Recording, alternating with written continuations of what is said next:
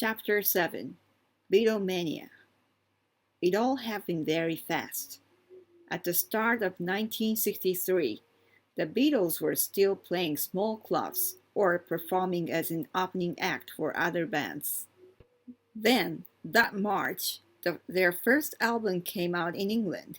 It was called Please Please Me, and it became a big hit on the British charts. That's a list of best-selling records. Even on their early songs, the Beatles sounded special. They had two main singers, John and Paul, who knew how to perform harmonies together. Their songs always had a catchy chorus, and the band loved to yell in happiness at the end of some parts. This spirit caught on. By fall, the Beatles could sell out a show in half an hour. They were so popular that fans chased them everywhere. A newspaper in England came up with a way to describe this excitement: Beatlemania. In the United States, though, the Beatles were still unknown.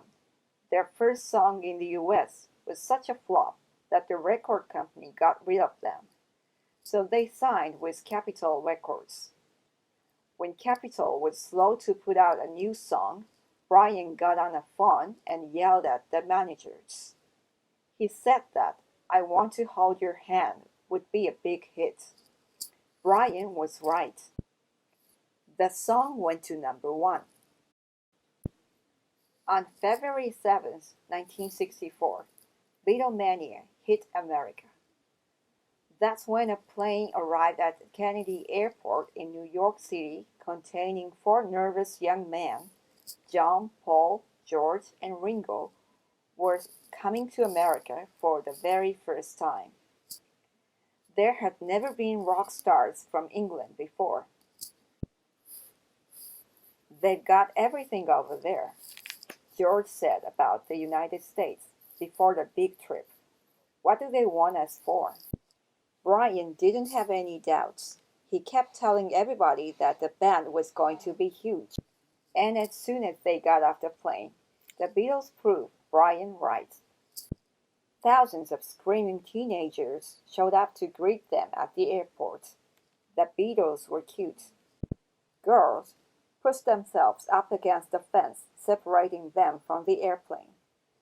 They cried when John, Paul, George, and Ringo walked out of the plane. Some of the fans even passed out when the Beatles waved. At the airport, the Beatles held a press conference. Reporters were used to hearing polite answers from rock and rollers. Even Elvis called reporters "sir." But the Beatles made jokes. One reporter asked them to sing a little. "We need money first," John said, giving everyone a good laugh. Soon reporters were scribbling down every word the Beatles spoke. 2 days later, the Beatles played 5 songs on The Ed Sullivan Show. And that day, they made history. More than 73 million people across the country watched. That was almost half of everyone in the United States. When it was over, the Beatles performed many sold-out concerts, including 2 at the famous Carnegie Hall in Manhattan. All this attention also helped other British bands become popular in America. The Rolling Stones, the Animals, the Kinks, the Dave Clark Five, Herman's Hermits, and Freddie and the Dreamers. They were all groups from England that became famous after the Beatles. The press called this the British Invasion. Some of the other groups were also from Liverpool. The new music was called the Mersey Sound, after the Mersey River, which runs through Liverpool.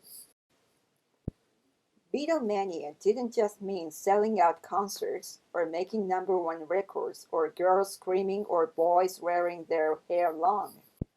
The Beatles belonged to kids of the 60s the same way Frank Sinatra belonged to their parents. In 1964, the Beatles made their first movie, A Hard Day's Night. A lot of the action in the movie showed the band running away from fans. It was a big hit. By now, John, Paul, George, and Ringo were no longer four guys from Liverpool. They were the Fab Four, even bigger than Elvis. They were still young and inexperienced, though, and sometimes made mistakes. John once told a reporter that Beatles were more popular than Jesus now. Many people were deeply offended. Some radio stations held protests with big bonfires.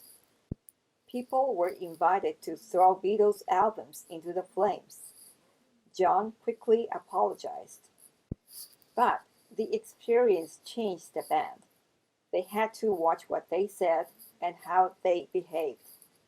Being the Fab Four didn't seem as fab anymore.